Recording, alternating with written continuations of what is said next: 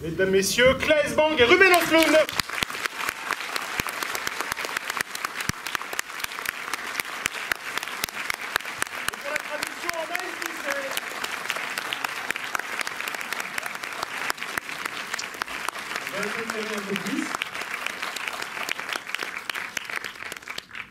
Merci beaucoup d'être là, à tous les deux. Merci à Anaïs aussi pour la traduction. On est très honorés et flattés. Ouais, je pense que ça se réapplaudit.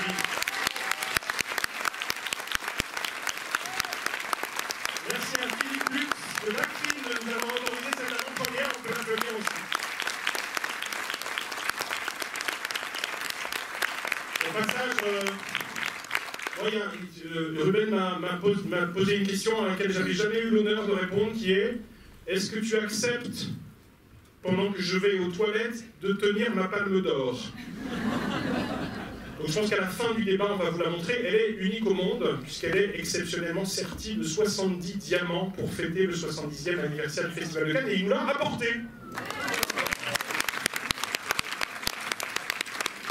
Alors, j'explique un petit peu le mode de fonctionnement. Ruben était déjà venu pour Play et pour Snow Therapy. Je pose 2-3 questions à chacun, et puis ensuite on passera la parole à la salle pour une rencontre en direct. Alors, exceptionnellement, j'ai des petites notes parce qu'il y a des noms improbables quand même en suédois. Voilà. Je veux bien qu'on revienne tout d'abord à l'origine du projet, ou une des origines du projet, qui est donc une exposition au musée du design de Vandalarom à Vernamo, dont vous étiez l'auteur, le co-auteur avec Kalle Baumann, votre producteur habituel pour ce film-là. Voilà. Et expliquez-nous comment ce film s'est articulé à cette exposition dans ce musée du design. In 2008, I started a film project called Play that you was just mentioning, and Play was inspired of true events that was taking place in the city where I live in Gothenburg, and it was about a group of young boys that was robbing other young boys in the center of the city in Gothenburg, in a mall, in a big mall. And this event took place many times. It was, I read through the court files as a research for the feature film. It was over 60 different occasions that these boys have robbed other boys. And what you can tell when you were reading the court files was that even though it was adults, just passing by very close to the robberies, it was very seldom that any of the adults were interacting. There was very seldom that the adults were like stopping the robberies. And I will continue. She's very skillful, she told me. Okay. And it was also very seldom, you know, that the kids asked for help. And I talked to my father about this. And he was brought up in the 50s in Stockholm, in the center of Stockholm, in Östermalm in Stockholm, it's called. And he told me when he was 6 years old, he was a little boy like this. His parents put an address tag around his neck, wrote the address, also like the scene in the film, you know, when the father is telling to his daughters. What they did was they wrote the address on an address tag around his neck, and they sent him out in the center of Stockholm to play all alone. And you could tell that there had been an attitude change in society. Like back in the 50s, you were looking at other adults as someone that would help the children if they ended up in trouble. You looked at other adults as someone that had a responsibility of helping your children. And if you look at that attitude today, it's almost that we look at other adults as someone that is threatening our children. I'm soon finished now. And in this context, me and my friend Kalle Baumann, we came up with an idea that we should create a symbolic place that should be placed in the center of the city. It could be, for example, be placed in the mall where the robberies took place, in order to change the social contract in society, in order to remind ourselves that our role as fellow human beings, that we can take responsibility and we also can give trust to other people. And this was the core of the idea. So with the symbolic place, the humanistic traffic sign that I like to call it, that was the starting point of the project. Voilà. Alors en fait, tout a commencé quand je travaillais sur le projet du film Play en 2008. En fait, je me suis inspirée d'événements qui ont vraiment eu lieu dans la ville de Göteborg, où en fait, c'était des groupes de jeunes qui racketaient d'autres jeunes dans un centre commercial en plein jour. Ce sont des actions qui étaient vraiment répétées. Il y en a eu plus de 60 en tout. Et moi, j'ai eu accès au dossier, en fait, à l'enquête. Et je me suis rendu compte en lisant que, en fait, parmi les passants, les adultes qui passaient, il y avait extrêmement peu de réactions, de gens qui intervenaient, et également très peu d'enfants qui étaient victimes, qui demandaient de l'aide. Et j'en ai parlé à mon père, qui lui a grandi à Stockholm dans les années 50, dans plein centre de Stockholm, et il m'expliquait que lui, quand il grandissait, quand il était enfant, ses parents, en fait, simplement lui mettaient un collier autour du cou avec son adresse, et il l'envoyait jouer toute la journée, comme ça, dans les rues de Stockholm, en toute confiance, puisqu'il y avait une sorte de sens de la responsabilité collective et une entraide des adultes envers les enfants. Et donc aujourd'hui, on sent qu'il y a eu un changement dans le sens où maintenant on ressent le monde extérieur, les autres adultes plutôt comme une menace.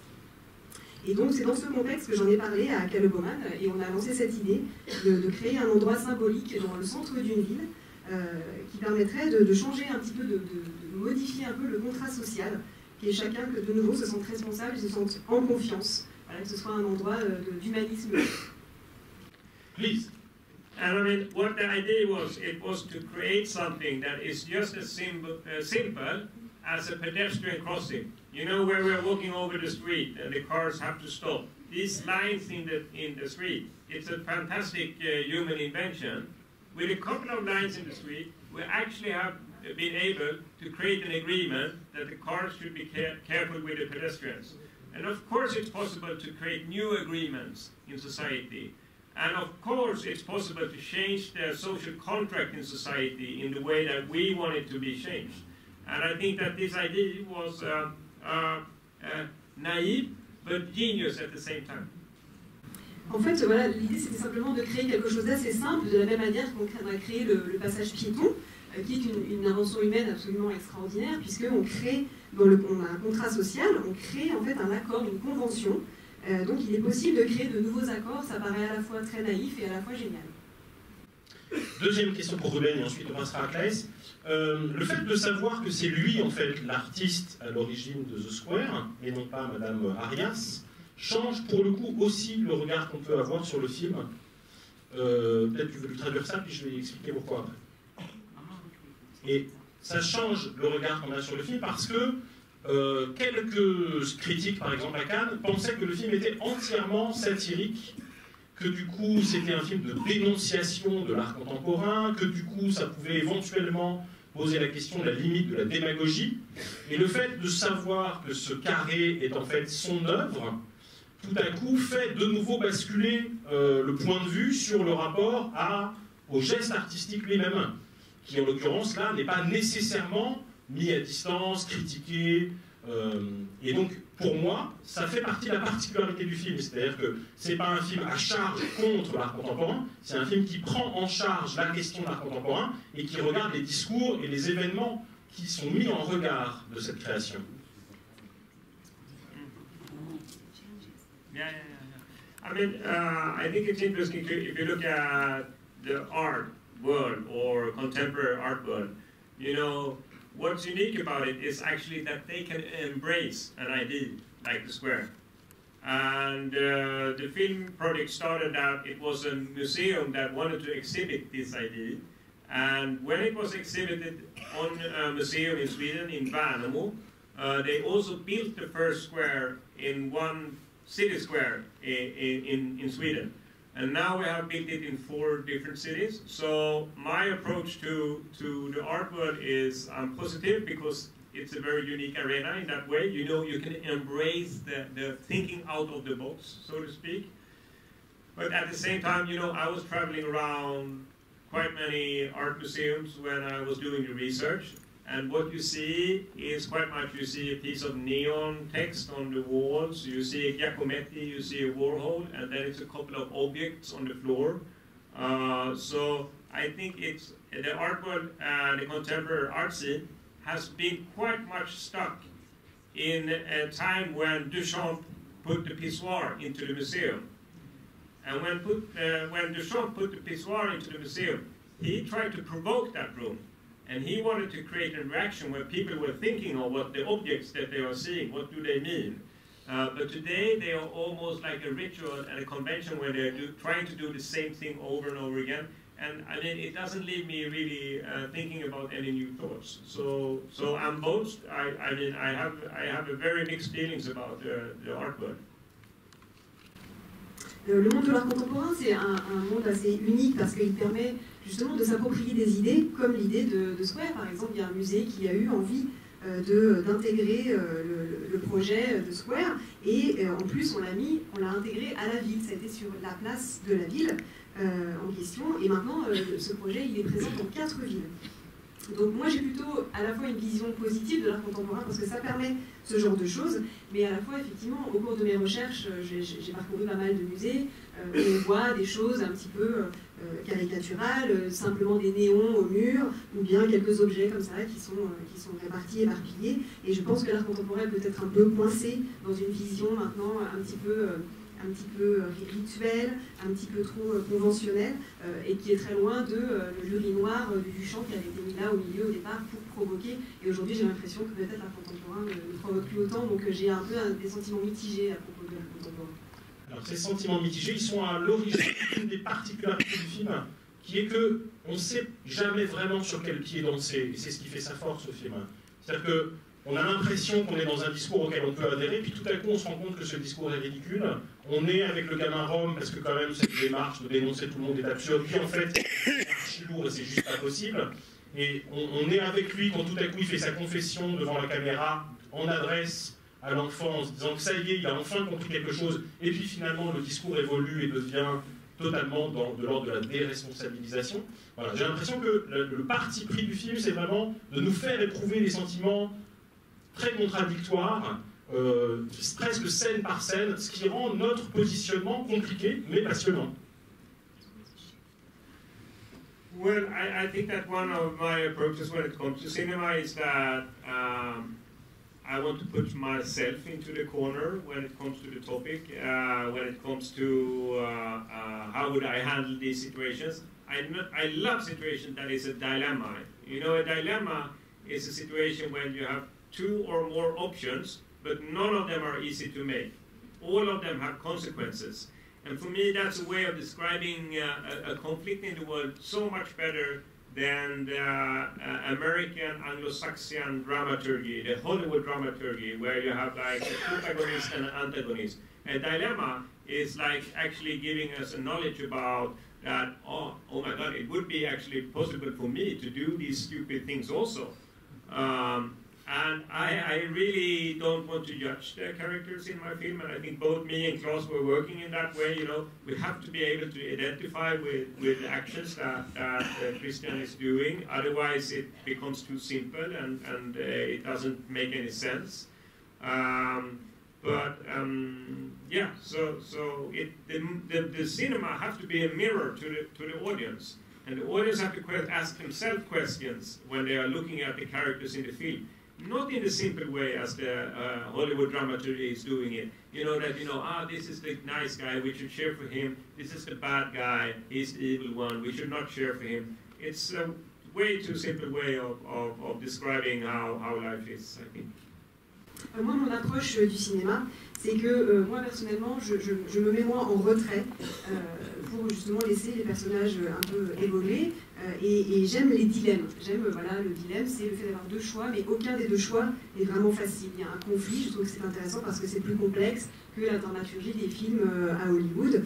Là, je veux vraiment qu'on puisse se projeter, s'identifier aux personnages, et surtout qu'on ne juge pas, parce que sinon c'est beaucoup trop simple. Je veux que ce soit un miroir pour le public, que le public se mette à réfléchir à ces situations, pas tout à fait comme dans les gros films, dans lesquels il y a un gentil, un méchant. Voilà, je n'aime pas trop ce manichéisme-là.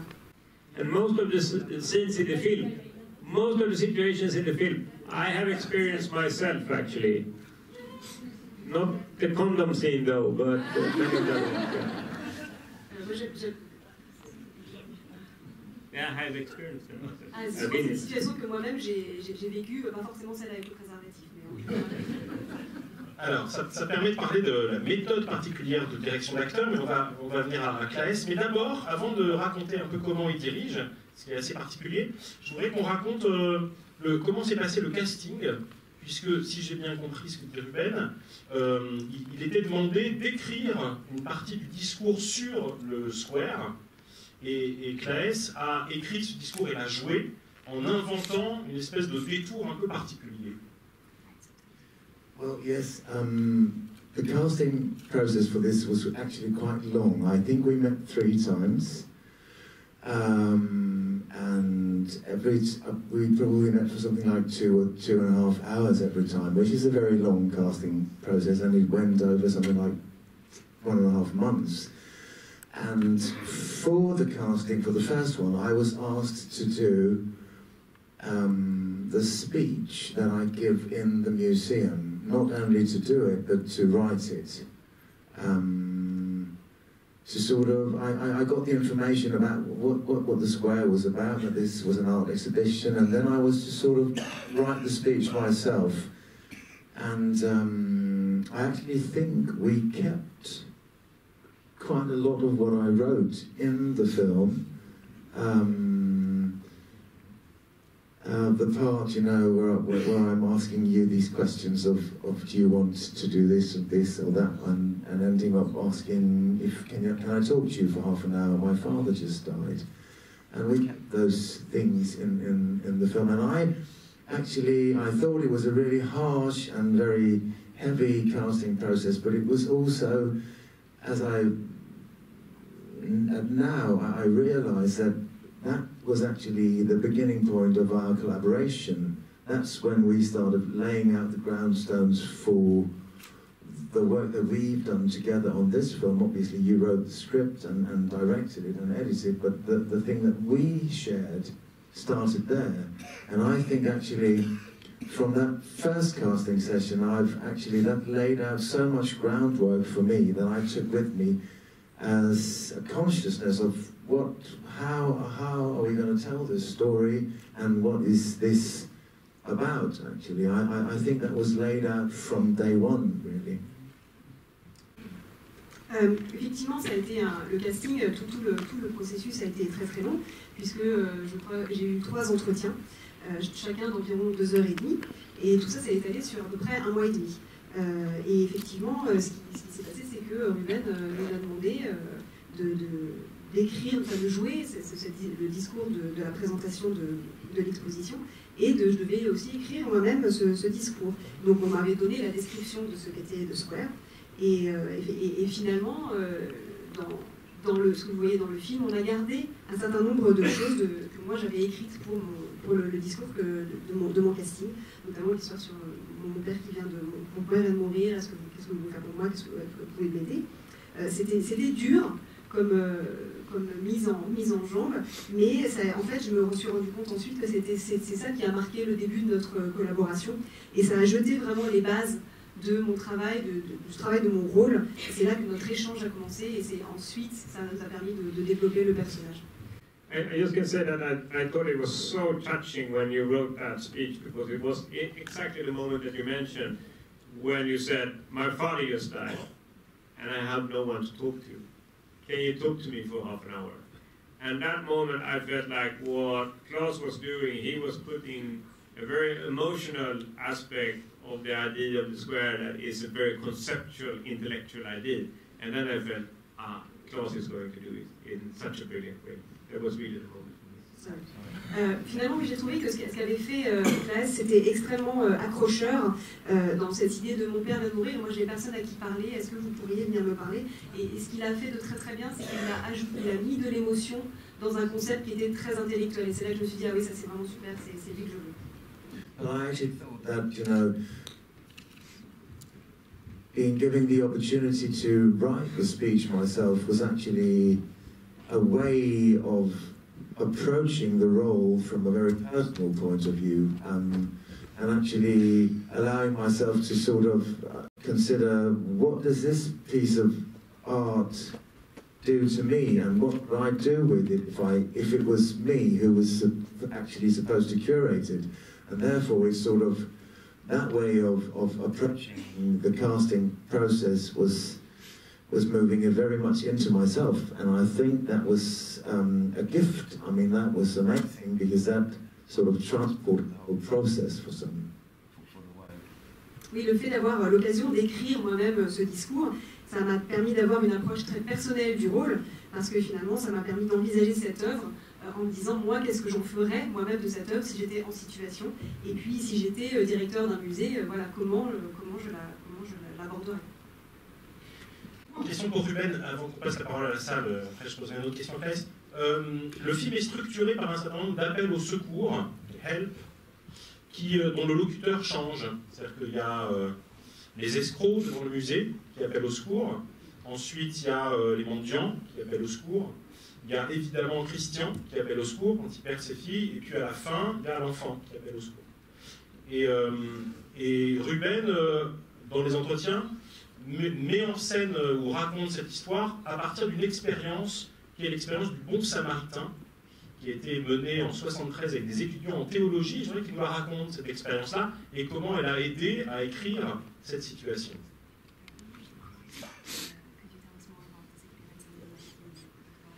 About the sociological experiment, actually. No, that was fantastic. It says so much about, how we behave differently because of the setup of the situation. And it was actually, the experiment was a sociological experiment where they had students write, they write an examine about the Good Samaritan. And I mean, that's really the core of being good.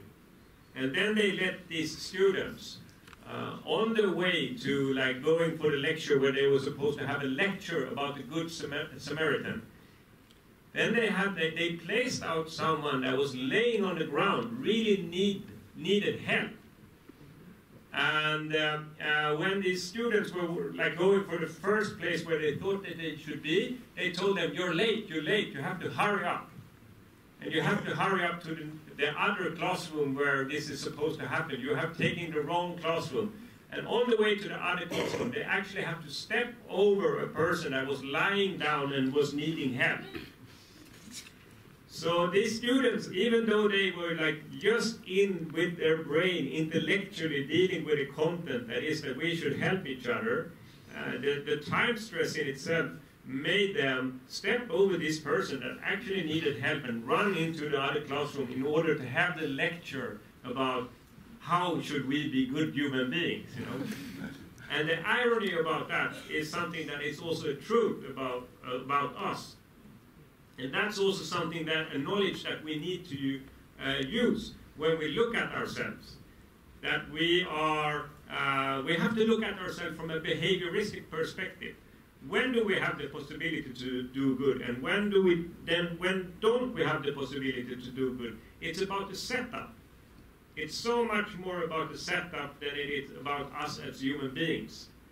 But I think that very often you put guilt on the individual, that like you didn't do good in this situation, and therefore you are a bad individual. But it's very often because we don't have enough knowledge about the situation.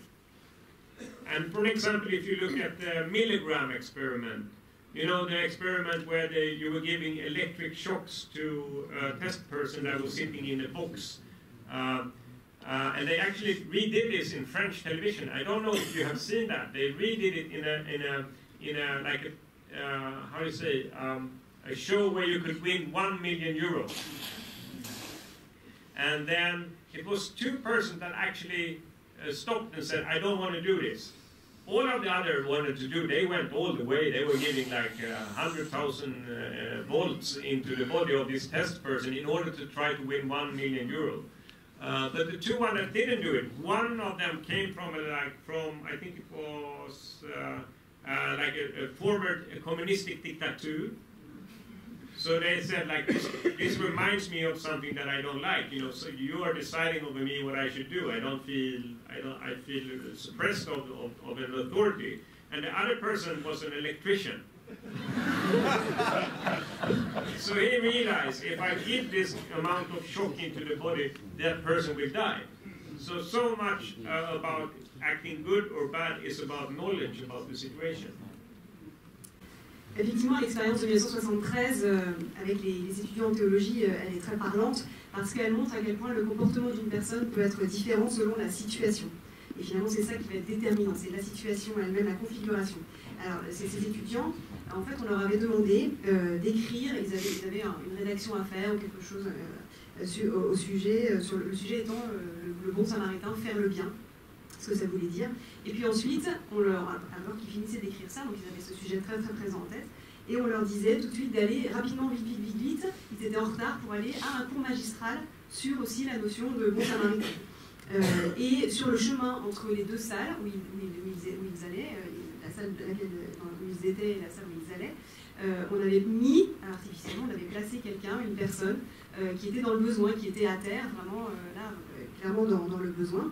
Et on leur avait dit à ces étudiants, vite, vous êtes en retard, dépêchez-vous d'aller à ce cours. Et finalement, ils étaient obligés de passer et de presque marcher sur la personne s'ils voulaient être à l'heure à ce cours. Finalement, ça leur a fait oublier, alors qu'ils avaient le sujet très en tête, c'était des étudiants en plus en théologie, et finalement le stress, donc le contexte, malgré le contexte, le stress de la situation leur a fait oublier de vraiment agir selon ce principe qu'ils avaient, sur lequel même ils travaillaient. Et finalement, c'est assez ironique parce que ça dit beaucoup de choses de nous. Et en fait, sur la conscience de nous-mêmes et du bien qu'on peut faire, la possibilité ou non que l'on a de faire le bien, elle dépend beaucoup du contexte et de la configuration, plus que de notre nature humaine. Et finalement, il y a beaucoup de culpabilisation de tu n'as pas fait ceci, tu n'as pas fait le bien, mais ça dépend vraiment de notre connaissance de la situation. L'expérience de Milgram que l'on connaît sur l'histoire de faire pratiquer des électrochocs, on donne la possibilité aux gens, à un public, à des sujets, d'envoyer des électrochocs sur d'autres personnes. C'est quelque chose qui a été reproduit dans une émission de télévision française, une sorte de jeu télévisé où les gens, s'ils allaient jusqu'au bout et qu'ils donnaient le maximum d'électrochocs, pouvaient gagner jusqu'à 1 million d'euros. Et sur tous les candidats, il y a seulement 2 personnes qui ont souhaité arrêter en cours de route, et tous les autres ont continué pour gagner 1 million, pris par l'enjeu en fait. Et les 2 seules personnes qui l'ont arrêté en cours, c'était une personne qui était originaire d'un pays en dictature, donc qui connaissait exactement ces pratiques et à qui ça rappelait de très mauvais souvenirs, et l'autre personne était un électricien. Et donc lui, il avait conscience de ce que c'était d'envoyer un choc électrique à une autre personne. Donc voilà, ça montre bien à quel point notre capacité à agir dépend de notre connaissance de la situation. Alors je pose la dernière question à Ruben, et ensuite je reviens vers Claes, et avant de vous donner la parole. C'est la question la plus risquée. C'est une proposition de lecture du film. Moi, ce qui me frappe beaucoup, je parlais des hauts secours, là, des différents hauts secours, et dont le dernier est celui de l'enfant à la porte. C'est que le haut secours de l'enfant est répété en boucle, sur une tonalité très proche dans ces différentes occurrences, comme si c'était une bande enregistrée. Et on a vraiment ce sentiment-là de quelque chose de presque artificiel. Et il se trouve que, une fois que cet haut secours était mis, l'enfant disparaît du film. Et donc j'ai plusieurs questions liées à ce choix-là de mise en scène. C'est-à-dire que, est-ce que là, à cet endroit-là, il a travaillé sur un doute du spectateur, une interrogation qui est que, peut-être que ça, c'est une mise en scène aussi. Le film travaille beaucoup sur le vrai et le faux. Est-ce qu'il a prévu qu'on se demande si ça n'était pas là une fabrication absolument artisanale? J'allais presque dire que c'est presque comme dans un film de David Fincher, quoi. C'est-à-dire qu'à un moment, on se dit, mais peut-être que tout ça, c'est mis en scène. Peut-être que l'arnaque du début, c'est des comédiens. Peut-être que le mec qui a le syndrome de Tourette, c'est un comédien. Enfin, voilà. Et donc, je m'interroge vraiment sur ce choix-là, de la mise en scène, de ce son-là, du haut secours, qui est tellement à la fois impersonnel et presque mécanique dans sa répétition. No, but I can start talking about the word help. That I think is a fantastic word. Because when you are like in a public place like this and suddenly someone is screaming help from another room, it's addressing everybody, but at the same time it points at you as an individual. So is it up to me to do something, you know, when someone is screaming help? And that's the beautiful thing with the word help. But when you look at, I wanted to have help many times in the movie. That was really something that I was thinking about. You know, in the beginning when Christian gets robbed, this woman screams help. And that was actually something that I experienced myself one day in Gothenburg. Someone is screaming help, completely in panic. And everybody gets like, oh my God, what should we do? And also with this boy, when he's screaming for help. For me, I mean, does it take place in his head? Or is it like, is it his consciousness, you know? For me, definitely it's about his consciousness.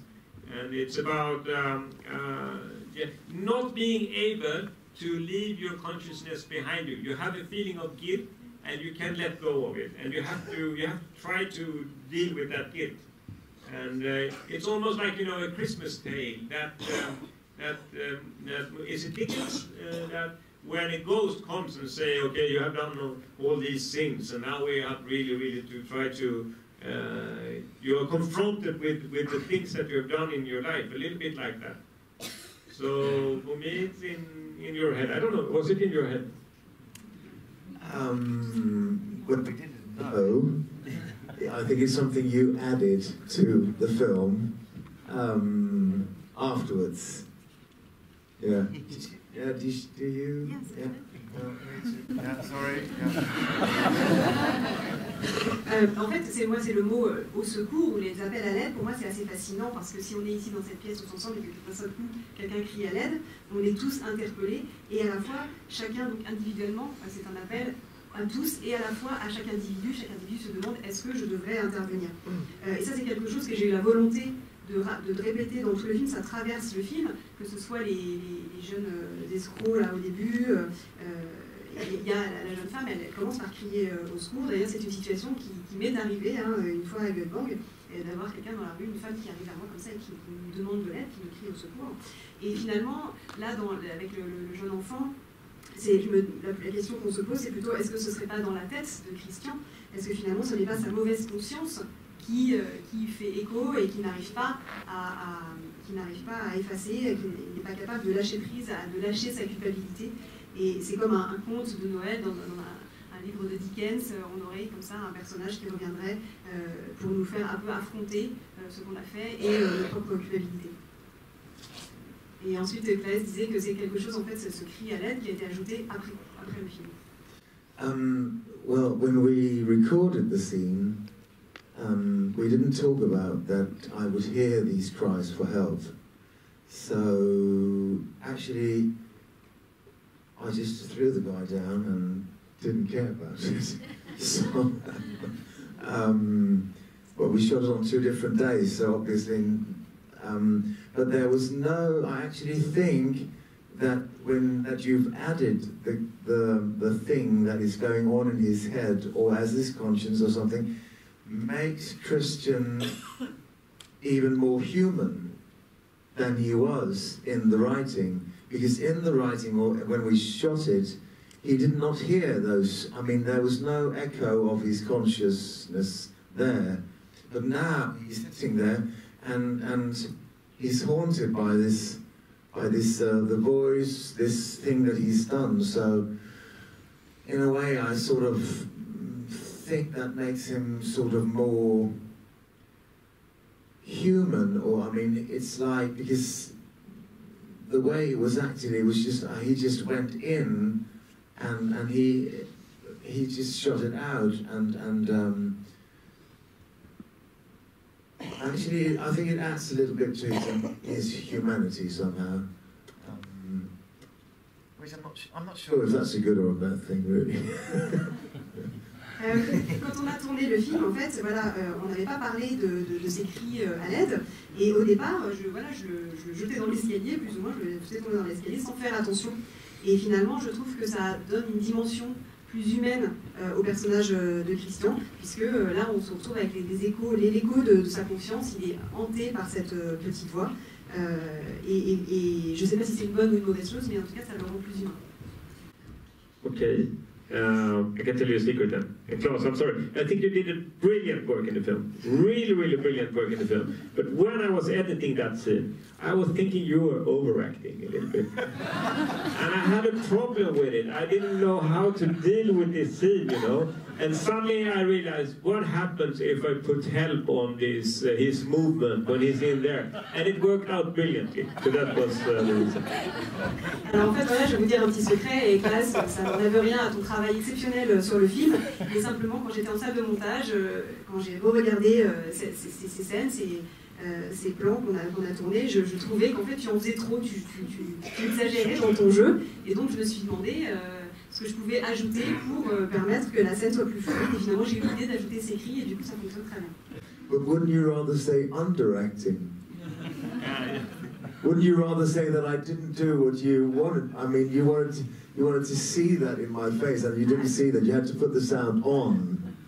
I think I did bad directing also, so I was angry at myself also. It wasn't this is really interesting because, as an actor, this is a very good example of not having any fucking control when you do a film, because you cannot. I mean, he could have added anything. He could have had a song playing.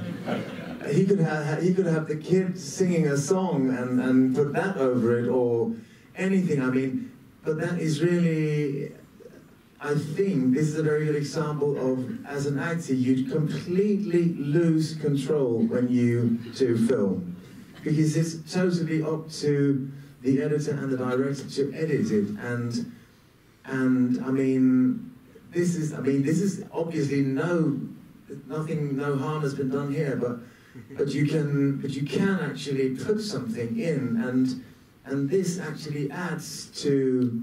I mean, if you needed something more there, you've added this, and now you've got what you want. If I'd acted properly, you wouldn't have had to add it, but.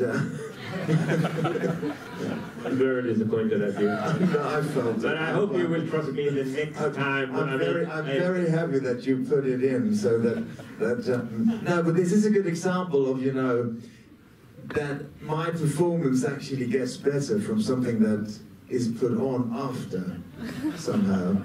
Thank you for that.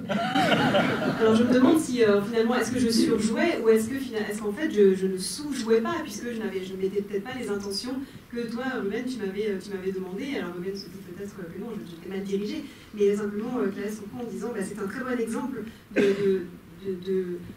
qui montre à quel point on n'a aucun contrôle quand on joue dans un film, puisque en salle de montage, ensuite, et en mixage, le réalisateur et le monteur ont le pouvoir de rajouter exactement ce qu'ils veulent. Ils peuvent, si vous avez voulu, ils auraient pu ajouter une chanson, par exemple.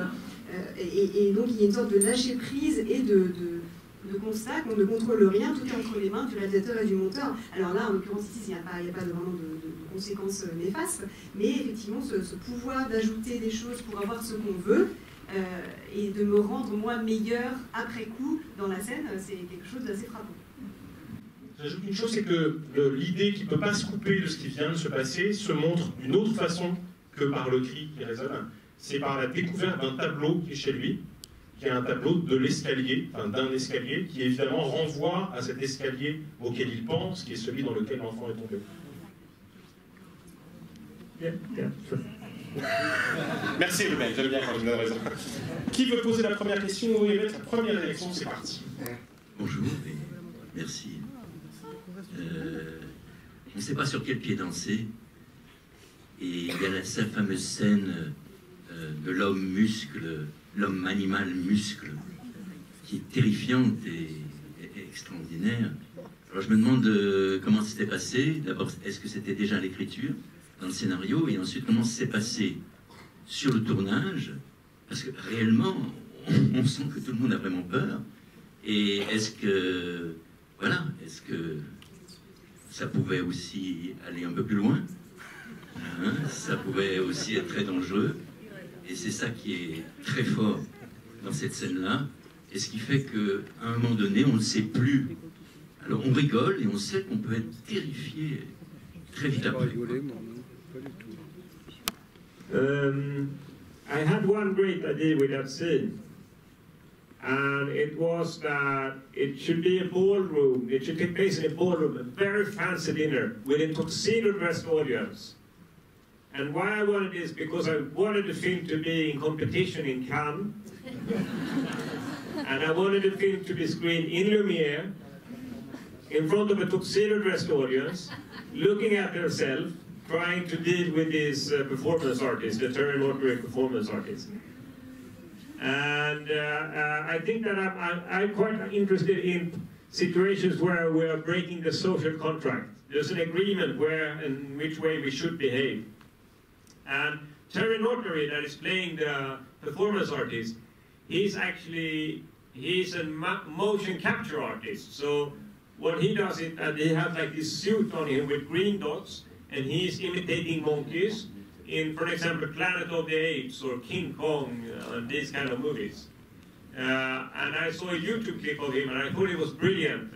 He's like imitating a chimpanzee. First he says like, this is a chimpanzee, and he has his arm extensions, and he walks exactly like a chimpanzee. Even a child can say that's a fantastic acting performance. It's so direct. It's acting when it comes down to a skill that is just as direct as jogging with a soccer football, you know. It was fantastic. And then he said, this is a gorilla, and he walks exactly like a gorilla. And so I decided to make a scene with him, and he had a very simple instruction. The first thing he should do when he walks into the room is chase away the alpha male, and then it's time for reproduction.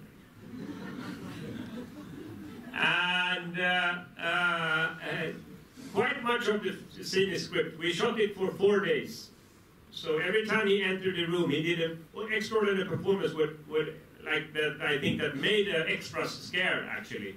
Even though if we were taking maybe over 100 takes in total on that scene. But for example, the moment when Claes stands up and the Christian stands up and said, "Thank you very much, Oleg, you know, thank you, now we go on with the dinner." That was something that Claes came up during the shooting, which was a brilliant idea, you know, okay, now let's go to the ritual again, now it's time for dinner. And that was something that we picked up during the day. And I think when you have a long shooting period, you have the possibility to grab these moments and put it into the script and use the setup of the scene in the most efficient way. En fait, j'ai eu une super idée, c'était de tourner cette scène dans une salle de réception extrêmement classe, avec des tas de gens qui seraient en smoking. Et mon idée, c'était la raison de ça, c'est parce que moi je voulais que mon film soit en compétition à Cannes et qu'il soit projeté au Grand Théâtre Lumière devant un public qui serait lui-même habillé en smoking et qui donc en fait d'une certaine manière se regarderait lui-même. Je suis très intéressée par les situations de rupture du contrat social et Terry Notary qui joue le rôle donc, de l'homme singe de Oleg est un artiste acrobate et il fait aujourd'hui beaucoup de chorégraphie et de modèles de motion capture, c'est-à-dire que c'est des systèmes comme dans la planète des singes où en fait on lui met des capteurs et en fait il marche comme un singe et finalement et après ensuite c'est modélisé. Et il fait ça de façon extraordinaire. Moi j'ai vu des vidéos de lui, c'est pour ça que j'ai voulu l'embaucher. Et il a une espèce de geste absolument direct, c'est-à-dire c'est vraiment l'acteur qui le plus directement que l'on puisse faire se met à jouer et à être un chimpanzé ou un gorille. Et donc c'est pour ça que j'ai voulu lui faire tourner cette scène. Il avait une seule consigne, c'était d'abord de chasser le mâle dominant de la pièce, et ensuite de passer au moment de la reproduction. C'était quand même relativement écrit avant le tournage. On a tourné pendant 4 jours et on a fait à peu près 100 prises, une centaine de prises.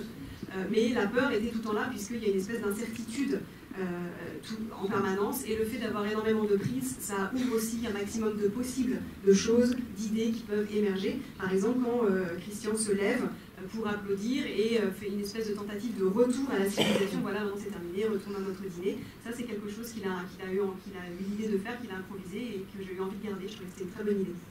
Je vais juste prendre un point, c'est-à-dire les enfants. Ces enfants qui, moi je trouve vraiment une approche très suédoise et scandinave plus généralement. qui demandent des comptes aux adultes. Comme c'était le cas aussi, par exemple, dans la snow-thérapie, où les enfants, à un moment donné, empêchent les parents d'entrer dans la chambre. Et donc, je voulais savoir si pour vous, c'est juste une situation de la vie quotidienne ou c'est vous donnez une autre valeur à laquelle. I think I used a lot of the experience that I have as a father myself. So maybe it is a Scandinavian thing, I don't know. But in the way of using children is of course always interesting because they are trying to adapt to the world that the adult is trying to teach them. And as soon as you're doing something else than you have taught them, then they are looking at you with very guilty eyes. And I love the idea that this little boy is saying to like, Christian, you have done wrong, you should do right. It's a very scary thought for me as an adult to be accused of a child that I have been done wrong. Alors moi c'est tiré de ma propre expérience de père, alors je ne sais pas si du coup c'est culturel en partie, sans doute, de père scandinave, mais simplement ce qui m'intéresse beaucoup avec les enfants, c'est que les enfants sont sans arrêt en train d'essayer de s'adapter au monde qui leur est enseigné, aux valeurs qui leur sont enseignées par les parents, les adultes, et que finalement quand ils se trouvent devant des situations qui vont à l'encontre de ce qu'on leur a appris, eh bien, ils se retournent contre les adultes et ils leur demandent des comptes d'une certaine façon, comme le petit garçon qui en gros lui dit voilà, se fâche contre lui très fort parce que ce qu'on lui a appris c'est de ne pas accuser à tort les gens. Je voulais vous dire que j'avais été d'abord très très énervée et ensuite j'ai eu beaucoup de peine en regardant votre film. En fait vous dites que vous ne voulez pas que le personnage principal soit caricatural. Et je me demande comment vous pouvez adopter un point de vue sur l'art contemporain aussi caricatural. Alors vous dites que vous avez fait des recherches, je me demande comment vous avez fait ces recherches, avec qui, à commencer par la première question qui ouvre un peu le film autour de Smithson et de l'exposition et de la non-exposition. Et ensuite je me demande si vous détestez à ce point l'art contemporain, pourquoi faire un film dessus, et aussi est-ce que vous pensez que c'est juste de résumer ça à l'argent et un homme qui fait une performance en imitant un singe. Et du coup, après, peut-être on peut se dire que c'est une fiction et que du coup, on s'en fiche et qu'après tout, c'est un point de vue. Et du coup, est-ce que vous pensez que c'est possible de faire une œuvre ou un film qui prend un cadre comme ça et de caricaturer le cadre pour qu'en fait, ça vienne servir le propos de votre film? Vous êtes étudiante en histoire de l'art. Non, je demande. No, I seriously, if there's anyone that wants to talk about contemporary art and what's going on in the Contemporary Art Museum, I'm willing to take the challenge, you know, because I really think that they have been stuck in a ritual and a convention that they are not breaking free from it. There's a lot of things that are good, but I think the challenge when it comes to contemporary art is the challenge to exhibit the artworks. And it's like that challenge that makes us see the artworks in a new way. And I'm a professor at the university in Gothenburg at the film directing program. And for example, the text that is in the beginning of the film, exhibition, non-exhibition, an inquiry into ideas of expandable exhibitionary practices, blah, blah, blah, blah, blah, is something that I stole from the professor that is on the fine arts program. And I think that there have been quite many times like that the contemporary art world are saying that criticism towards them are like populistic. And I think that seriously, if the one that have a safe distance in the contemporary art world, they have no problem to discuss the problems with the art world. And I'm dealing with satire, and satire is taking something in the contemporary time and twisting it. And I think that really, but what I think is that it's pointing out something that is a problem with this idea about the white cube. And it's a problem because they are dealing with collections that is connected with money. So the contemporary art world today is so connected with money and so connected with a collection that is like have a value. And it's about trading this value to different places. And I think a lot of artists have that as a problem also for themselves because they are dealing with an economical market and they're not dealing with that art is saying something that is connected with what's going on outside of the walls of the museum. Alors s'il y a bien quelqu'un qui a envie de parler de l'art contemporain aujourd'hui, c'est vraiment moi. Je pense effectivement que l'art contemporain aujourd'hui est un petit peu coincé dans certaines conventions et devient parfois une caricature de lui-même. Moi-même j'enseigne à Göteborg j'enseigne un cours de réalisation et tout le début, le discours sur l'exposabilité, c'est quelque chose que j'ai volé au prof en fait, d'histoire de l'art qui est dans une des salles à côté. Et je trouve, ce qui m'embête dans l'art contemporain, c'est que finalement il y a un discours disant que toute critique de l'art contemporain va être quelque chose de populiste ou de démago. Alors là, moi je suis dans une satire, donc je prends une réalité et puis je la tords un petit peu. Je veux pointer à un problème qui est un réel problème aujourd'hui, le problème de l'art contemporain, ce concept en fait du cube blanc, de la présentation de l'art contemporain de façon un petit peu figée comme cela, et également le problème du lien à l'argent dans l'art contemporain. Ça c'est un vrai problème puisqu'on est face à des collectionneurs, face à un commerce, et finalement pour beaucoup d'artistes c'est beaucoup plus une question d'économie, on est dans une économie et plus tellement dans l'art.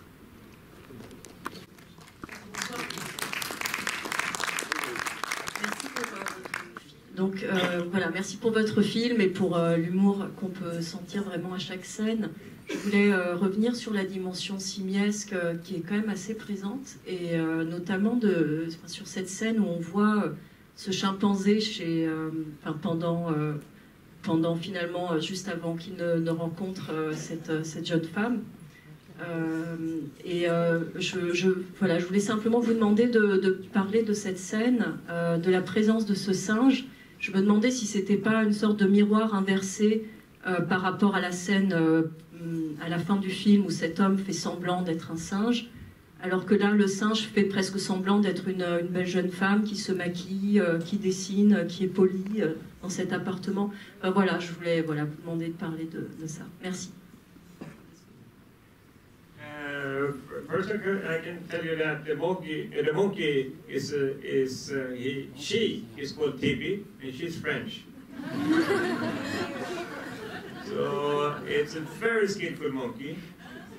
It's half bonobo and half chimpanzee, and it was quite fun to work with it. I think we were not allowed to look it in the eyes, right? Or was it more we were not allowed to laugh?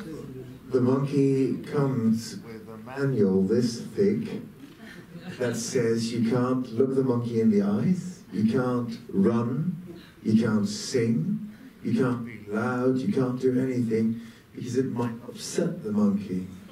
And it is a wild animal and it's like this big, it's all muscles, and I was fucking scared of it. And actually, I thought that, the thing about the monkey being French is that we actually wanted to do that scene in Sweden. Then we weren't allowed to bring the monkey to Sweden to do it, so we had to go to Germany to do it. We came to Germany on the 3rd of October to do it, and that is the union of the two old Germanys, and nobody's allowed to work, not even monkeys. We couldn't work with the German monkey, we had to bring in a French monkey. And so we got this one, and this one is supposed to be so much nicer than the German one, which is like really impressive. So, yeah, I actually hated the monkey. I didn't like it at all. I was dead scared of that monkey. Yeah. Alors, d'abord, il faut savoir que ce singe est une nom, une femelle, qui s'appelle Tibi, elle est française. Et c'est un croisement entre un bonobo et un chimpanzé. C'était extrêmement drôle de tourner avec elle. Mais alors, le problème, c'est que quand on tourne avec un singe, il y a tout un tas de consignes, un mode d'emploi long comme le bras, qui, par exemple, il ne faut pas regarder le singe dans les yeux, il ne faut pas courir, il ne faut pas chanter, il ne faut pas parler fort. En fait, il faut tout éviter de l'énerver. Et c'est quand même, ça a l'air d'être une petite chose, mais en fait, c'est tout en muscles. Et moi, j'étais absolument terrifiée, me dit Claes. Et finalement, alors, ce qui est une anecdote assez amusante, c'est que comme elle était, on n'avait pas de singe suédois, donc on ne pouvait pas, on était obligé d'aller tourner ailleurs, pas en Suède, parce qu'on ne pouvait pas faire venir le singe en Suède. Donc en fait, on est allé tourner en Allemagne, mais c'était le 3 octobre qui est le jour de la célébration de la réunification. Et c'est un jour férié, donc personne ne peut travailler, même pas les singes. Donc du coup, on a dû faire venir un singe français. Et en fin de compte, on nous a dit que finalement ce singe français était beaucoup plus amical, beaucoup plus doux que le singe qu'on aurait dû avoir allemand, qui était beaucoup plus agressif. Et moi je le détestais, j'en avais vraiment très très peur. But I can say, I think definitely that the monkey in the apartment is mirror to the monkey performance in the end. And the monkey performance in the end actually came first. And then when I was reading the script before we started the shooting, I felt it's something missing in the film. Something is like missing. The film is not wide enough.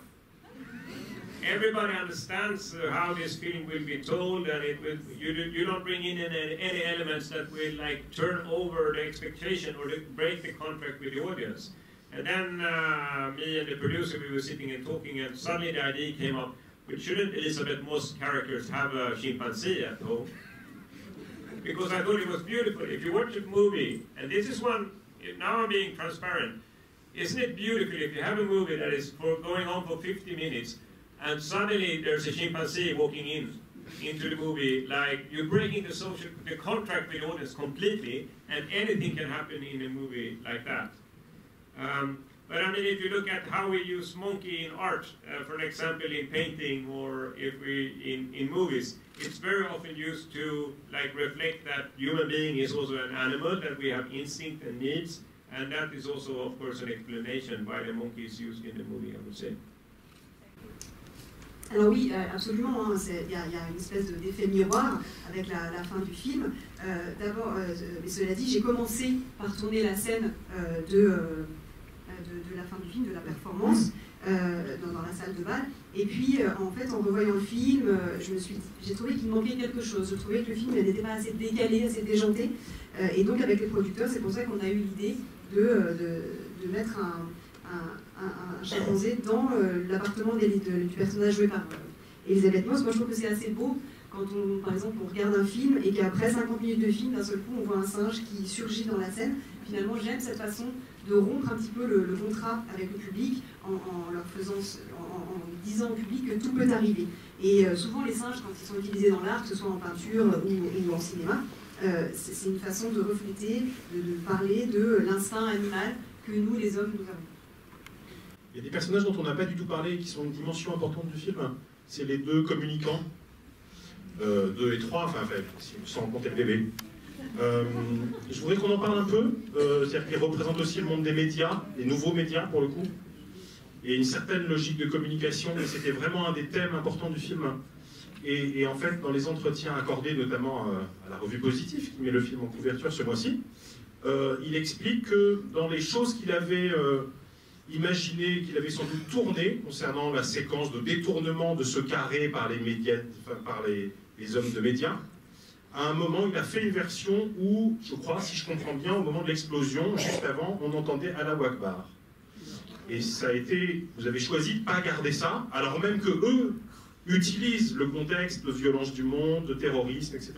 Je voudrais que vous nous expliquiez cette logique-là de la mise en scène, de ce détournement de la violence du monde, et pourquoi avoir considéré que la limite se trouvait à cet endroit-là, et qu'il ne fallait pas faire entendre ce cri. Well, if you look at democracy today, for example, I was interested in how I heard some politicians really struggling to get attention with their message, with their like humanistic message, quite many times. And if you are a politician and you want to be elected, then you need to get attention. And in order to get attention today, you almost have to go for a conflict. Otherwise, you will not have the media exposure.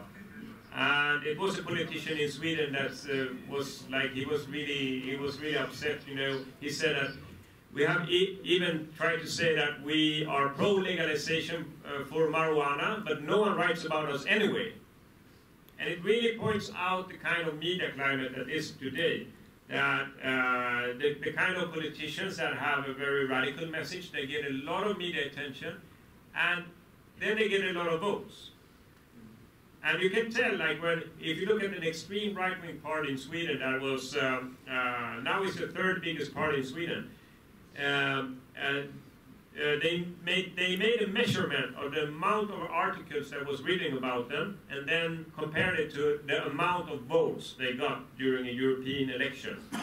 And it was very similar. So the amount of exposure actually created the same percentage of amount of the votes. So that actually have to ask ourselves, we that are dealing with mass media, in which way should we report about the things that we don't like? And what I think that we are dealing with today is an attention economy, that attention is the economy. So in order to create an economy, you need attention. And one very sad thing that happened in Sweden, and I think it happened all over Europe, was, for example, when the terror events of Bataclan was happening, then they were live streaming these events in the tabloid, in the newspapers. But before you were able to watch it, you have to watch an ad before. So you have to watch an advertisement, and then you can watch the tragedies of these people's lives that were happening. And today it's almost like tragedy have become the entertainment if you watch at the newspapers and how they report about these events that is going on. So it's something about that I was interested in, like, trying to point out when it came to the idea about the square. When I was trying to talk about the square with journalists, they would say, "Ah, what a nice idea! Yeah, it's nice, you know." But they didn't really have anything to write about. You know, it was true altruistic. It was like an idea that everybody agrees on. So why should I write about it? Because in order to write about it, I need to position myself. So it says something about the individualistic society when it comes both to the social media, where we are positioning ourselves all the time with the content that we are dealing with, but also as journalists, we are positioning ourselves in like writing about the content in a certain kind of way. So I love the idea that they have this, the PR agency, they have the idea of like doing something that is complete opposite of this humanistic message. They do something very cynical. And it actually succeeds. So media is going straight into the trap. And they are like, why did you do this video? And the PR agency goes, well, it was, or the Christian's character goes, well, it was to promote this art piece. What kind of art piece is that? Well, it's called a square. For me, that's the irony of the media landscape that we're dealing with today. So it's the idea about attention is like the core of everything, and then what the content is, it's really secondary. And when it comes to Allahu Akbar, in that YouTube video, in blown child making get blown into pieces, I think that provocation is a good thing to use when you're doing movies in order to bring attention to something that you think is important to talk about. And when I did the editing, then I realized to put Allahu Akbar there will make it much more controversial. But at a certain point, I decided, no, this is not the kind of provocation that I want to do, because I don't need to bring more attention to that conflict. That conflict is not bringing up any new topics or new thoughts for me. It's only going to be a provocation that I'm using because it's a very infected thematic. So you also have to use you have to choose what kind of provocations that you use. Il a préféré une autre provocation du coup, c'est de faire mourir non seulement la petite fille blonde, mais le chat qu'elle a dans les bras, et ça fait quand même... Yes, that I have no problem with at all. Le problème dans nos démocraties aujourd'hui, c'est que les hommes politiques, les femmes politiques ont du mal à faire passer des messages humanistes et à attirer l'attention. Il faut créer des conflits, être clivant pour faire le buzz. Et une fois, j'ai entendu récemment un homme politique qui était très énervé à la télévision parce qu'il disait « Nous, on est pour la légalisation du cannabis et ça suffit encore pas pour qu'on parle de nous ». Ça montre bien le climat actuel. Il faut avoir un message très radical pour ensuite pour transformer l'essai et transformer ça en voix dans les urnes. Il y a un parti d'extrême droite en Suède qui est actuellement le 3e parti du pays et qui a mesuré le rapport entre le nombre d'articles dans la presse et ensuite le nombre de voix en pourcentage. Et il y a clairement une correspondance entre les deux. Donc le questionnement c'est, voilà, doit-on parler de ce qu'on n'aime pas au risque finalement de le promouvoir malgré soi. Aujourd'hui, on est dans une économie de l'attention. Je me souviens très bien que quand il y a eu des événements au Bataclan, on pouvait voir des lives sur les chaînes d'infos ou en ligne sur les sites de streaming. Et avant de pouvoir voir cette tragédie humaine, il fallait regarder une pub. Donc voilà, aujourd'hui, c'est même la tragédie est devenue un divertissement.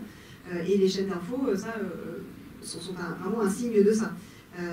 Et moi, quand j'ai voulu parler du projet de Square des journalistes, c'est un peu comme dans le film, je leur parlais du projet, ils me disaient « Ah oui, c'est gentil, ça présente le vrai altruisme, mais ça paraissait un petit peu consensuel. » Et les gens ont besoin maintenant, aujourd'hui, avec les réseaux sociaux, de se positionner individuellement face à tous les sujets pour pouvoir écrire dessus, donner leur avis.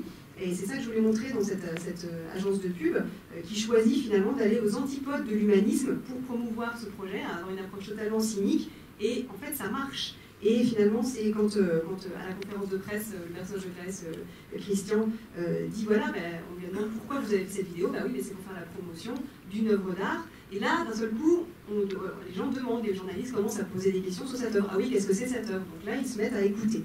Donc c'est un petit peu, ça montre l'ironie du paysage médiatique actuel, où finalement le contenu devient secondaire. Alors concernant le Allah Akbar, je trouve que la provocation est souvent un bon outil. Et au montage, en le regardant, je trouvais que c'est une façon peut-être d'amplifier une polémique, mais finalement, je n'ai pas eu envie de souligner plus avant ce conflit actuel, puisque on n'a rien à apporter de nouveau à ce sujet-là. Donc en fait, je pense qu'il faut choisir ses provocations. Thank you very much for a fantastic movie. I think you guys talking to a lot of your pride. Thank you for the acting performance. There's an idea I've heard that's been haunting me ever since. I don't know where I quite got it, but it's been haunting me ever since. That contemporary art would be something like the religion of today, the religion of critique. And we would go to so contemporary art museum would be something like temples of today, where we would go to white cube temple to practice critique. And in this idea, so Christian, in your movie. Merci pour ce film formidable et cette femme méritée. Une idée qui me hante depuis un petit moment, c'est sur l'art contemporain. Est-ce que ce ne serait pas un petit peu la religion d'aujourd'hui et les musées ne seraient-ils pas devenus des temples? Donc Christian serait peut-être une sorte de moine. Qu'est-ce que vous pensez de cette idée? Et Klaus, est-ce que vous y avez pensé? Vous aviez cette idée en tête en le jouant? Et par ailleurs, dans le film Le jeune Karl Marx, qui est de Ruben Östlund, qui est en salle en ce moment, il y a une idée de la critique de la critique. Et puis Marx disait que la religion est l'opium du peuple. Et aujourd'hui, diriez-vous que, pour vous, le film dit-il que l'art contemporain est l'héroïne des gens instruits, dans le sens où, par exemple, on a ce carré, le square, dans lequel on est tous égaux et on doit faire attention les uns aux autres, avoir de la bienveillance, et est-ce que ça dédouane plus ou moins le fait de ne pas faire attention à l'extérieur du cercle, c'est-à-dire le carré, pardon, le reste du temps. Thank you for your theory. I love when, yeah, I think it was beautiful. I think that I never think about the content in that metaphorical way, really, when I do the films. But when you look at the square, I agree. What's the rules that is outside the square if we're supposed to be inside the square and we're supposed to be equal inside the square? And that is, of course, one of the questions when it comes to why do we have to make a border and say inside the square we have the equal rights and equal responsibilities? Because I think in many ways this was the idea about Europe in the beginning, you know, that we were creating the borders and we were creating a national state and we were creating some idea about what should society be about. So that I think was pointing out something definitely. But the other things, I really didn't think about it, the content in that way. Thanks. Merci beaucoup pour votre proposition de lecture. J'aime bien toujours ça quand on me propose les choses. Moi, quand je fais un film, je ne pense pas vraiment aux aspects métaphoriques nécessairement. Mais effectivement, ce que vous dites est très vrai. Pourquoi devoir créer un carré au sol dans lequel les gens auraient de la bienveillance? Ça montre bien l'état de notre société aujourd'hui. Il me semble que cette idée de carré, c'est un petit peu l'idée qu'on avait au départ de l'Europe, quand on a créé l'Europe, de créer des frontières à l'intérieur desquelles nous aurions une certaine vision de la société et de l'humanisme. Après, pour le reste, je vous laisse juste. peut-être la dernière question pour Claes, qui est qu'on est passé comme ça sans l'air de rien sur une information que nous a donnée Ruben, qui est que sur une des scènes, il avait tourné 100 prises. Ça n'existe juste pas, les cinéastes qui font 100 prises. Donc j'aimerais bien qu'il nous explique un petit peu si c'est réel, si c'est constant, qu'est-ce que c'est que ce truc-là qui consiste à faire des dizaines et des dizaines de prises, et qu'est-ce que c'est pour l'acteur de répéter 100 fois la même scène? It is true that I think there are scenes in this film that we have shot where we did more than 100 takes. But Ruben always says that I exaggerate when I talk about how many takes we did. But I would say that as an actor, I mean, to put it short, I think that I was given the opportunity of driving the Rolls Royce of acting with this film, because to be given that much time, that much space, and that much confidence to sort of really get into a role and really dig deep and be allowed to sort of investigate, to try and go in this direction with the scene and then go in this direction and then just sort of narrow it down to this and then stay here and go back, and then, I mean, to get the chance to do something like this is so extraordinary. I've done so many television productions where they're really happy if you can do with just one take, because then we're out of there and we're moving on and we're doing something else. Here we stay there and we work it and work it and work it and work it and work it and work it until it's right, until the acting is gone, until you stop producing anything, until you're just there relating to what is there in the moment.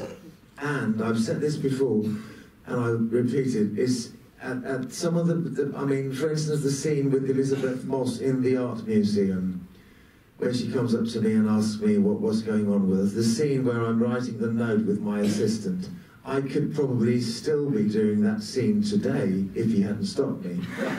Because that was, that is just so much fun as an actor to sort of try and see what you can do, and all of a sudden you start out with this scene, you start off doing a bit of improv over what has been written, you spend an hour not knowing anything about what you're doing, it's all crap. And then it sort of comes together, and you build this thing together with Ruben, with Elizabeth, with the guys that do light, with the camera guy, with the light people, and all of a sudden you're building something that is truly magic in the room, and you can fucking feel it, that it's there, that you're onto something really, really special, and you can do that forever, I promise you. It is like a drug. And I'm just really, and I know this might sound like a cliche, but I'm so fucking thankful that I ever got the chance to work in a way like this, and to really, really, really dig in deep and explore a role and take it and to this extent that we've taken this part to. So thank you very much for that. So I mean, that said, it's also fucking exhausting, and I was dead tired, and I was like, I could have killed this guy so many times, because, should we do one more take? You've got 70 for fuck's sakes. Do we really need 71 or 72? And so it's not all just, I mean, it's not all not just a big romance in that sense, because we quarreled and we were fighting and we did all kinds of shit. But looking back at it now, it's been the biggest experience of my acting career, absolutely, no doubt about that.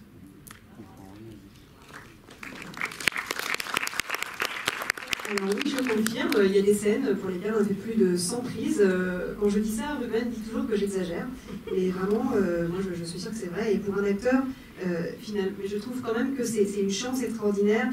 C'était un petit peu la Rolls du jeu d'acteur, parce que Ruben nous donne un tel espace de jeu, nous donne une telle confiance pour aller au fond du personnage, pour explorer différentes pistes, aller et venir.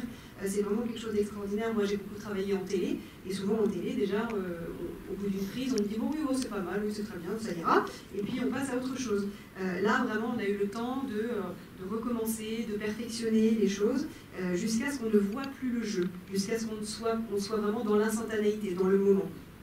Et dans la scène avec Elisabeth Moss dans le musée, où on a une discussion un petit peu animée, s'il ne m'avait pas arrêté, Ruben, en fait, je serais encore en train de jouer cette scène. Parce qu'en fait, c'est très très fascinant de voir toutes les possibilités qu'on peut avoir en tournant une scène, les différentes improvisations, les tentatives que l'on fait de jeu sans savoir où l'on va. Et en fait, ça se construit au fur et à mesure avec l'équipe, avec l'actrice qu'on a en face de soi, Elisabeth Moss, avec l'éclairage lisse, avec les différentes parties prenantes de la scène, et jusqu'à ce que vraiment la magie opère. Et finalement, ça, après, au bout d'un moment, ça fonctionne un peu comme une drogue. Et ça fait très cliché de dire ça, mais avoir la chance de travailler comme ça et d'approfondir, c'est vraiment fabuleux pour un acteur. À la fois, c'est totalement épuisant, et plusieurs fois, j'ai eu envie de le tuer. Quand il a déjà 70 prises dans la boîte et qu'il dit « Ah, tu en faisais encore une », j'ai envie de lui dire « Ta gueule ». Donc ça n'est pas toujours facile de tomber dans ces conditions, mais avec le recul, je pense vraiment que c'était la meilleure expérience de ma carrière d'acteur. Je me prête donc à réaliser un grand fantasme. Je vais remettre une palme d'or à la place de Pedro Almodovar. Merci beaucoup à Anaïs Buchet pour la vidéo traduction, à Claes Bang et à Ruben Östlund. We have a surprise for all of you that have stayed so long. Thank you so much for staying so long. And now we have selfie time together with Pandora. So anyone that wants to take a selfie with the Pandora, welcome down to the stage here. Thank you. On va faire des selfies par contre à la sortie de la salle parce qu'il y a aussi plein de monde pour le film suivant. Merci beaucoup d'être venus pour ce grand moment. Merci à tous les trois.